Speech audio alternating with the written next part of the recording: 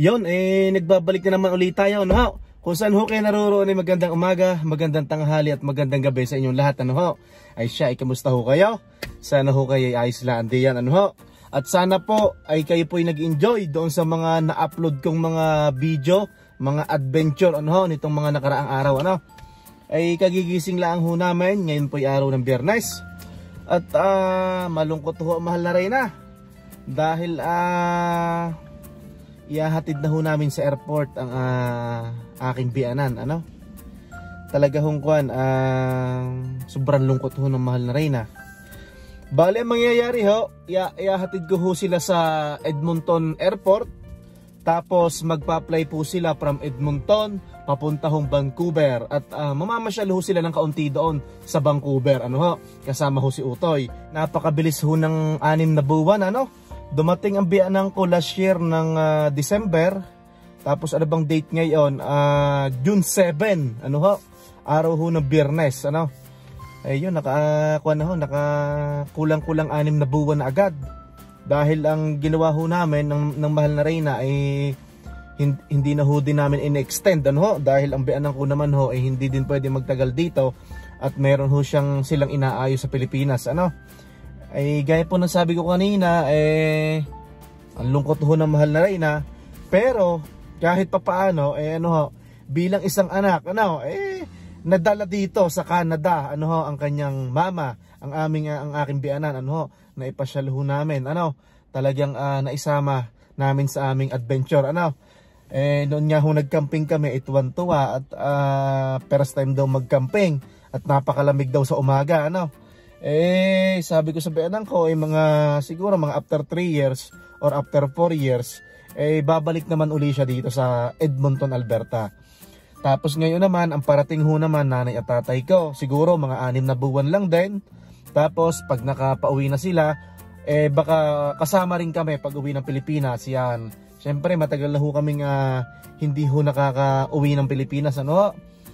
Ayun po, at least kahit ho papaano, yung kanyang nanay, ang aking biyanan, nakarating dito sa Canada, nabisita ang kanyang apo, nabisita kami mag-asawa dito, kung ano bang sitwasyon namin dito, no? At yun ho isang malaking achievement para sa amin, na madala sa Canada ang ating mga magulang, at maipamalas ho, maipakita ho ang ganda ng Canada, ano ho? Siyempre, marami ho kaming mga isinakripisyo, marami ho kaming mga gumastos ho din kami ng salapi, makapunta lang sila ho dito, no? Imbes na uuwi ho kami ng Pilipinas, yun hong aming gagastusin, itinago ho namin para meron silang pambili ng ticket, papunta at pabalik, pambili po ng insurance, pambili ho ng kaunting pasalubong pauwi ng Pilipinas, pa shopping ho ng kaunti-kaunti, ano? Yan, kahit ho pa paano talaga nag-enjoy naman at pinaghandaan namin ang pagpunta nila dito, no? Ay siya, nakain lang ho ang tatlo, pupunta tayo sa loob, ano? At ating kakamustahin ang aking biyanan, yan. Ano, mama, kamusta naman yung paglilipot ko dito sa Canada? Aba, ay napakasaya. Sobra. Yan. Ang daming pagkain. Nakakuha ba si mama? Naka 6 months, ano? Kulang ko. 6 months. Yan. So, lilipad muna sila ng Vancouver. Tapos, yon, uuwi na siya ng Pilipinas. Ito yung mga gamit niya. Andito na. Tapos, yung ibang bag niya nasa kotse na. Yan. Siya. Ano gang ulam mo, tay? Sinigang. Sinigang na fish? Yan. Mahal na Reyna, parang nataba ka. Mag-hi ka muna. Si Utay. Utay, ano nga? Mag-hi ka muna. Anong ulam natin? Wow, siniga. Ayos yan. Kaysa sa karne. Mas masarap yan kaysa sa karne. Yan, kain ho tayo. Yun, bali nakain na ho sila, ano? Syempre,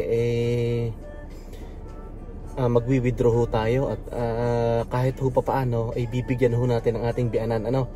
Nabigyan na ho siya ng mahal na Reyna ni Mrs. ano? Syempre, iba pa rin yung bigay ng manugang. Ayan. At para ho naman matuwa, ano? At yung ganyang mga magulang natin, mabigyan mo yan kahit magkano, ay masaya na ho yan, ano? Maghahanap lang ho tayo ng malapit na ATM dito sa dito sa area natin, ano. At magbibigay tayo kahit kapirasong pera, ano ho. At para naman may panggasto sa Pilipinas, ano ho. Ayan. Napakaganda ho ng weather na ngayon dito sa Edmonton. Bali, kuha na ho, talagang ito, kita-kita niyo ho naman ay mainit na, ano ho. Hahanap tayo ng ATM.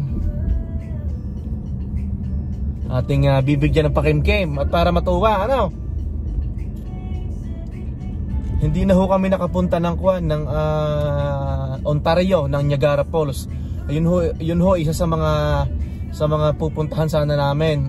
Kaso bianan ko nga ho, nataas ang dugo. Hindi na ho kami nakapunta. Ito may ATM dito. Yan, sa gitna nga.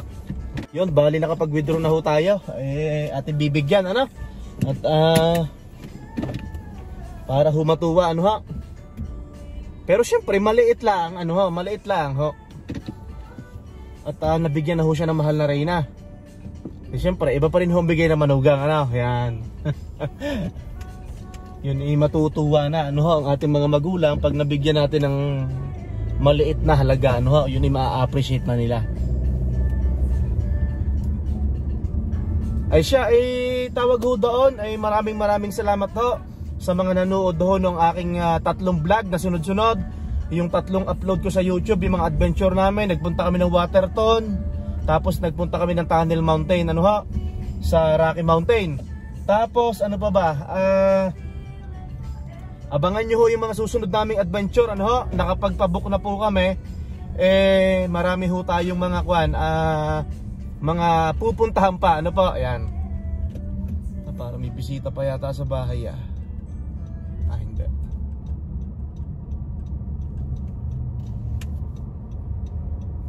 Si mama saan? Tara na, baka malate. Asan na kayo?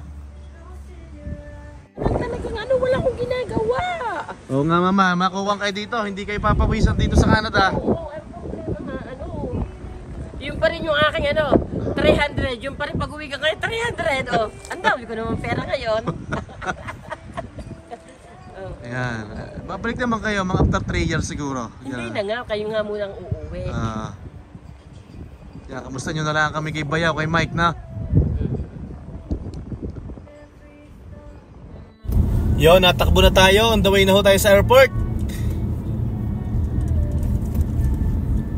Para ho rin makarating kayo sa Edmonton Airport. Kaso hindi na ako bababa kasi idadrop ko lang sila para hindi na ako magbayad ng parking.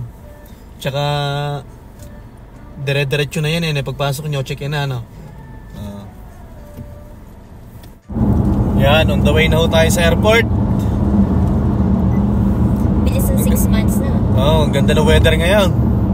Mama, mag-hi ka muna dito sa camera natin. Yan. Hi! Uuwi na po ako sa Pinas.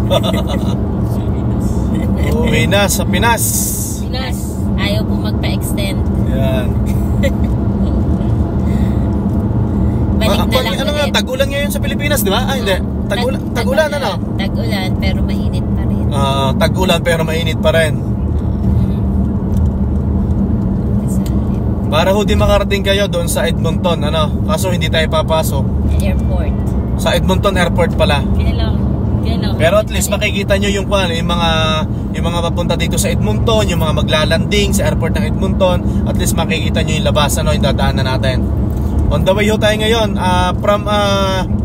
from dito ho sa Edmonton West, 40 minutes po from Edmonton West. May kalayuan ho din, no? Pero sakto lang naman. Depende sa location. No? Kasi tayo 32 minutes lang kanina, diba? Northwest. Andito ho tayo ngayon sa ano ba to? Henday ba to? Henday. Antonio Henday.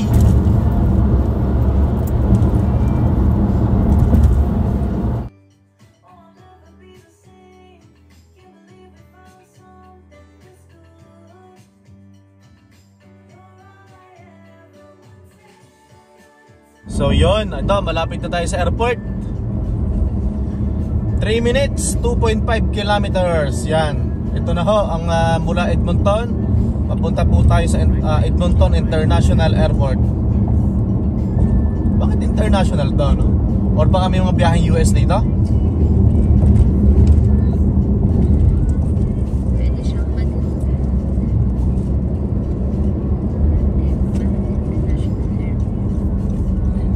Yan. Airport Edmonton International, di ba? Nakalagay eh.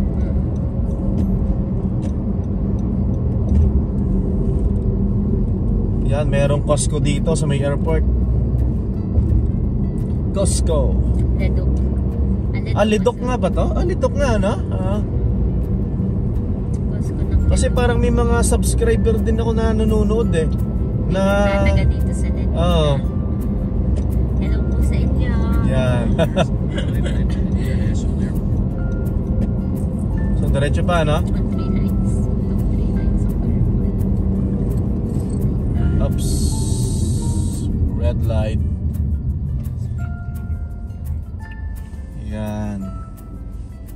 Lidok nga pala to, no?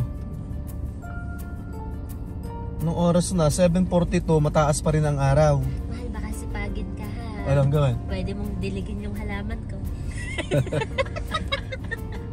Pipitasin ko na yung mga yan. Wag, kapipitas ko lang kanina. Palakihin mo muna. Hindi, tsaka kanina nanguha din ako ng pechay. Ang daming spinach sa sa ref. Sa rep na. Oo. Marami na nga ho pala kaming napitas. Yung biyanan ko, pinitas niya yung kwan. Yung mga pechay tsaka lettuce. Nakailang At saka ano pa, yung malapad yung dahon, spinach. Spinach. Yan. Tapos kita mo yung lettuce mo. Kung tumira ako, isang pinggan eh, ubos eh. Tapos nilagyan ko yung pechay na kaunting sabaw ng ng taho, ang sarap. Sumama ka na anak sa kwan kaya sa Okay na, let's go. Sumama ka na anak sa kwan sa Pilipinas kaya, Kiel. Wala nga wifi. Wala daw wifi sa Philippines eh, sa bahay ni Mami, kaya ayaw sumama eh.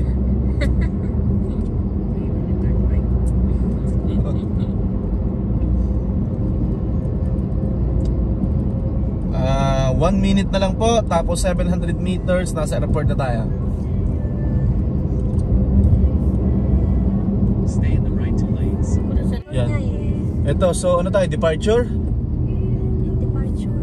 Departure. Park sa gitna. Drop off sa gitna. So sa gitna tayo. Sa gitna tayo. Arrive at Edmonton International Airport. Arrived. Saan dito? Park. Gitna, no? Pick up, drop. Pick up and drop off. Exit sorting. So dito, tama? Dito. Okay. Passenger. Pick up and drop off. Isa lang eh. So left or right? 24 so... Parang dito. Dito, parking. Magpa-park pag dyan, papasok tayo. Tapos? Ano na, sa kabila oh. Dito? Diretso? Diretso. Diretso? Okay. B3. Diretso. Doon, parking. Ano dito? YD.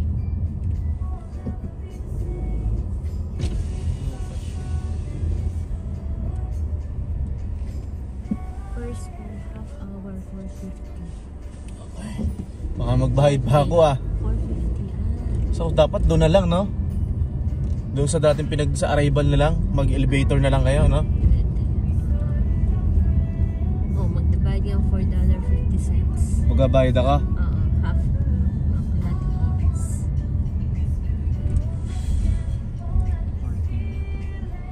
Parking nga. Oo.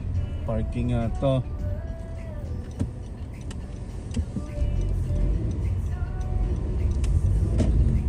Diba?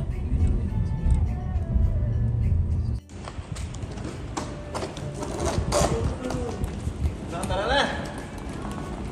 Yan, bumaba na din tayo. Nagkamali ako ng pasok eh. Sige, lakad. Hindi pa. Ba't magano? Sige. Yan, ikaw ay sumunod sa akin. Ako tayo ulit. Hindi na rin ka. Papanood ko sa iyo kapag ako nagpag-down ng 350. Matagal yun.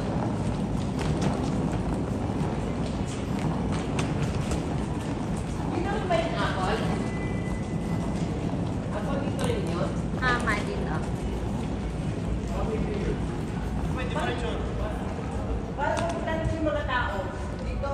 Ha? Dito raw sa Ades Apon.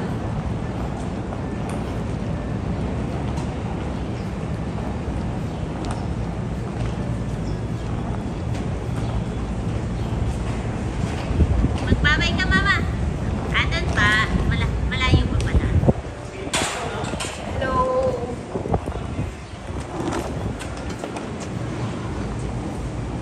P3 ba sabi? P3. P3? Ah. Hello? P3 na? Ang kulit ko, ang P3. Pito yan ah.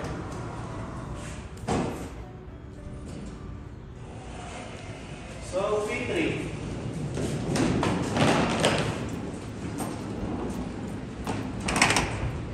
Yan. Okay. Edit mo na lang, no? Ah. Hello, pauwi na po ako. Pero ako ibabalik. Dahil ang dami kong pagkain. Diyos ko, ako lumaki na rito.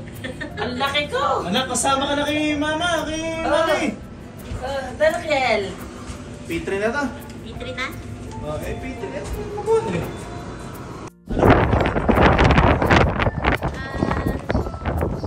Number 2 yata. Tandaan mo na lang yan, no? Tandaan mo itong dinadaanan mo.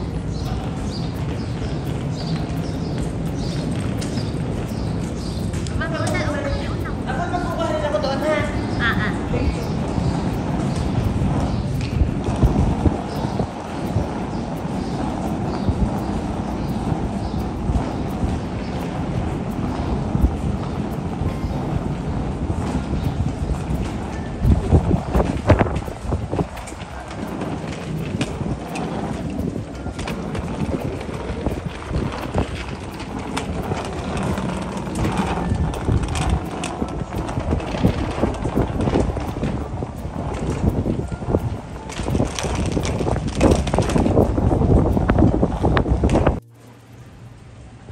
Uwi na si Kiel, oh.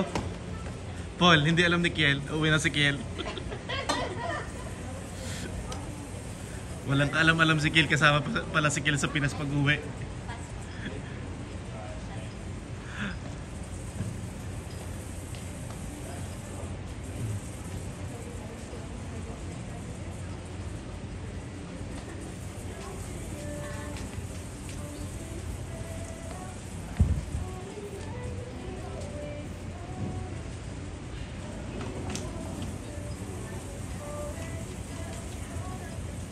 Mama, ingat ka. Bye-bye. Happy trip.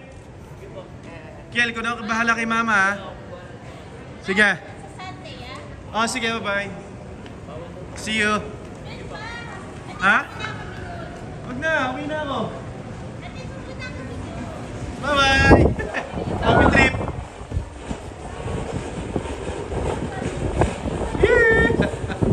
So ito, papunta na ho tayo sa parking. Yan. Ay, maglilinis muna ako ng bahay. Dapat hindi na ako bababa eh. Nagkamali ho ako ng pasok eh. Ay okay lang, at least nahatid ko sila. Tapos eh, nakapag-picture pa, no? Ah, nag-alarm pa. Masyadong sensitive ho yung sasakyan. So yun, pauwi na ho tayo ng bahay, ano? At naihatid na ho natin sa airport ang tatlo, no? Yun, bali mag-i-stay muna sila ng Vancouver, mamamasyal. Ay siya, yun po, na at least na nakita nyo ang airport dito sa Edmonton, ano ho? Nakapasok tayo doon sa loob. Sabi naman ng biyanan ko, nag-enjoy naman siya dito sa Edmonton, Alberta. At puro kain daw. One ho yun, nataas ho ang dugo. Siguro last 3 months ago, binilhan namin siya nung pang-BP. At kinakabahan din kami. At syempre nga, yung kinakain niya dito sa Canada malaking iba kaysa sa Pilipinas, ano ho? Tapos dito, bihira pang pawisan. Kung hindi ka mag-i-exercise, hindi ka papawisan basta-basta dito sa Canada. Hindi ka gaya sa Pilipinas na mainit, talagang lalabas lahat ng kolesterol mo, no? Tapos mostly dito, mga frozen pa. Pero yung gulay naman, marami naman ho ding gulay dito sa Canada, dito sa Edmonton, Alberta, no? Pero para ho sa akin, ibang-iba pa rin ho yung mga pagkain natin sa Pilipinas. Ano ho, talagang sariwang isda, sariwang gulay, ano. Ay dito ho sa Canada, sa Edmonton, Alberta, eh syempre, iniaangkat pa yan, nanggagaling pa ho sa ibang lugar, ano ho. Syempre yung mga isda, hindi naman ho sariwa, yan. Yung mga gulay, eh hindi naman ho sariwa, ano. Kung hindi ka dedirekta sa farm or hindi ka magtatanim dito, eh hindi tayo makakatikim ng mga sariwang gulay, ano ho. Pero pag mga galing na ho sa mga supermarket, sa mga pinupuntahan namin, yung mga gulay doon, yung mga isda doon, ay mga angkat na, ano ho. Hindi ho yun kagaya sa amin sa Batangas, na pag ikaw ay nagpunta sa palengke ng mga alas 4, alas 5 ng hapon, ay sariwang isda, tapos sariwang gulay, bagong pitas na ampalaya, bagong pitas na kalabasa, yan. Ay dito ho, eh talagang isa ho yun sa mga challenge dito sa Canada, no ha.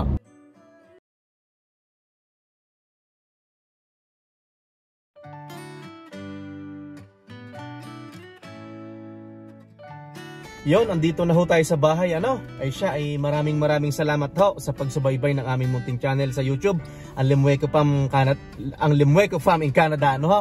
Ay siya, meron ho tayong mga pupuntahan pa at mga i-upload pa sa ating munting YouTube channel. Magkakamping na naman ho tayo. Ay siya, hanggang sa muli ho. Kung saan ho kayo naroroon ay magandang umaga, magandang tanghali at magandang gabi sa inyong lahat. Maraming salamat po at God bless everyone. Bye-bye!